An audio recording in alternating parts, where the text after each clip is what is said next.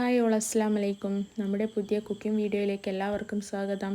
ഇന്ന് ഞാൻ വന്നിരിക്കുന്നത് നല്ല അടിപൊളി പരിപ്പ് വടയുടെ റെസിപ്പിയുമായിട്ടാണ്. അതിനുവേണ്ടി ആദ്യം പരിപ്പ് വടക്ക് ആവശ്യമായിട്ടുള്ള കടലപ്പരിപ്പ് എടുത്ത് നല്ലതുപോലെ കഴുകി വൃത്തിയാക്കി ആവശ്യമായ വെള്ളം ഒഴിച്ച് കുതിരാൻ വേണ്ടി വെക്കാം. 4 മണിക്കൂറാണ് ഞാനിവിടെ കുതിരാൻ വേണ്ടി എടുത്ത സമയം. ശേഷം പരിപ്പിലുള്ള വെള്ളം ഒന്ന് വാർന്നു കിട്ടാൻ വേണ്ടി ചെറിയ ഒരു അരിപ്പയിലേക്ക് മാറ്റാം.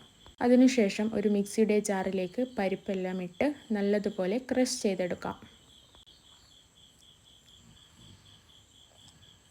ക്രഷ് ചെയ്തെടുത്ത പരിപ്പിലേക്ക് പരിപ്പ് വടക്ക് ആവശ്യമായിട്ടുള്ള ചെറിയ വലിയ ഉള്ളി, ഇതിനാവശ്യമായിട്ടുള്ള പച്ചമുളക്, കഷ്ണം ഇഞ്ചി, കറിവേപ്പില, മല്ലിച്ചപ്പ് എന്നിവ നല്ലതുപോലെ ചെറുതായി അരിഞ്ഞെടുക്കാം.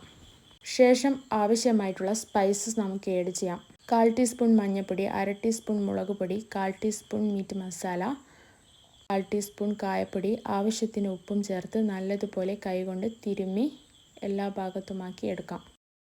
ശേഷം ഓരോ ചെറിയ ഉരുളകളായി നമ്മുടെ കൈകളിലേക്ക് വെച്ച് തന്നെ റൗണ്ട് ഷേപ്പ് ചെയ്തെടുക്കാം. ഇങ്ങനെ ഓരോന്നോരോന്നായി ചെയ്തെടുത്തതിനു ശേഷം ആവശ്യത്തിന് എണ്ണ ഒഴിച്ച് തിളച്ച് വരുമ്പോൾ ഓരോന്നോരോന്നായി ഇട്ട് നമുക്ക് വറുത്ത് കോരി മാറ്റാം.